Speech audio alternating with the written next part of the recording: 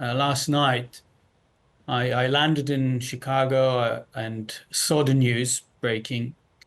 My initial reaction was emotional. My heart broke because after tireless advocacy over the past few months, and generally over the past 17 months, it felt like we failed. We failed to bring Omri home. We failed to bring the remaining 59 hostages home. And while I put a place for those emotions, I also provide time to contemplate and reflect rationally on the situation. I understand the different considerations, but I still believe that we need to prioritize the return of the hostages as a society in Israel, as a goal for this war. And it doesn't seem like we're doing it at the moment. Other priorities overrode those, and I'm concerned about that. Were you hopeful, Moshe, that Omri, your brother-in-law, would be released in the next wave of hostages by Hamas? Had you been told anything about that?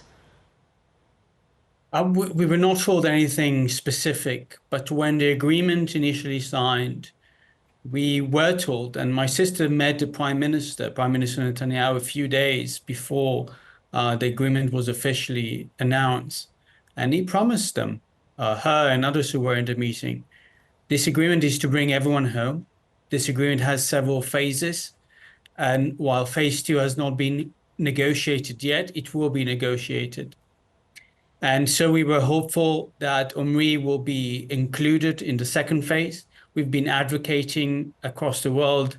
I was in DC for the majority of time in February and beginning of March, meeting officials there, making sure that they meet to release hostages, as President Trump did 2 weeks ago, to emphasize the gravity of the situation, to emphasize that we can still save people like Omri, hostages like Omri, my brother-in-law, and we can still bring to proper burial those who were murdered in captivity. And we are going to keep advocating for that, whether with the administration here in the US and, of course, with our own government in Israel. You saw thousands of Israelis on the streets today, families reacting to the development, freed hostages, giving announcements as well.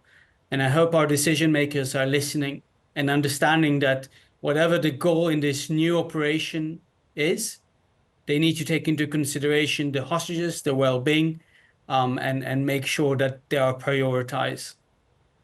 Do you hold out any hopes, Moshe, that Israel's demands that Hamas release all the remaining hostages, not in stages, but all the remaining hostages at one time, that will happen? I have to be hopeful. I have no privilege to not be hopeful, because if I won't be, why would others will follow our footsteps and support us, the families of hostages?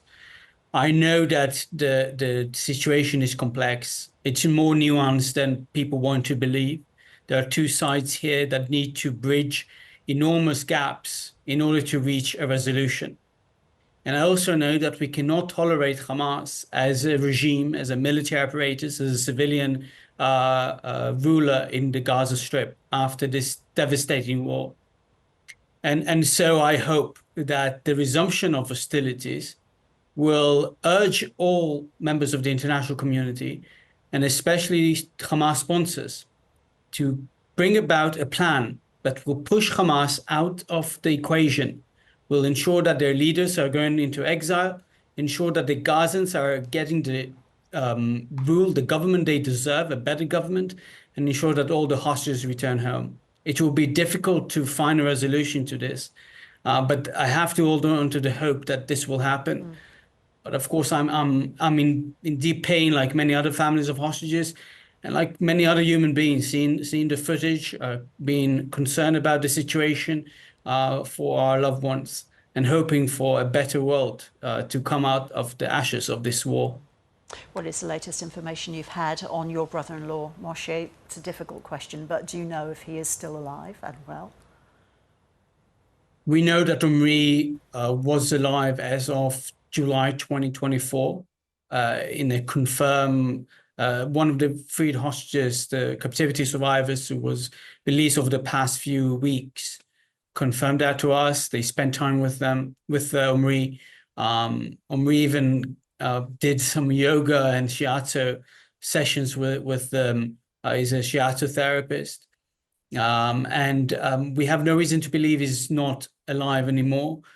The government provide us with updates all the time, through the security apparatus, and so we hold on to the hope and knowledge that he's surviving until we're told otherwise, and we keep fighting for his survival, just like he's fighting for his survival in Hamas captivity under the most obscene and terrible conditions.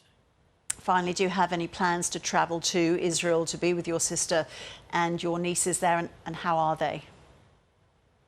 I recently spent 2 months in Israel between December and February. And then I went to DC and spent time there in order to make sure the administration, elected officials in the US, where a lot of decisions are being made, keep seeing the footage of the hostages, keep hearing the stories about them, and understand that every policy decision they make needs to have them in their mind.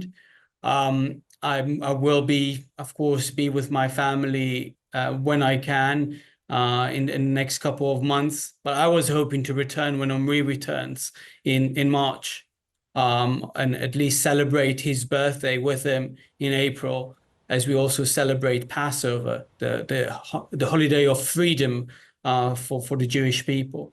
It doesn't seem like it's going to happen, but I will keep fighting that the dream will be realized, and that I'll be able to celebrate with Omri all those holidays and birthdays together.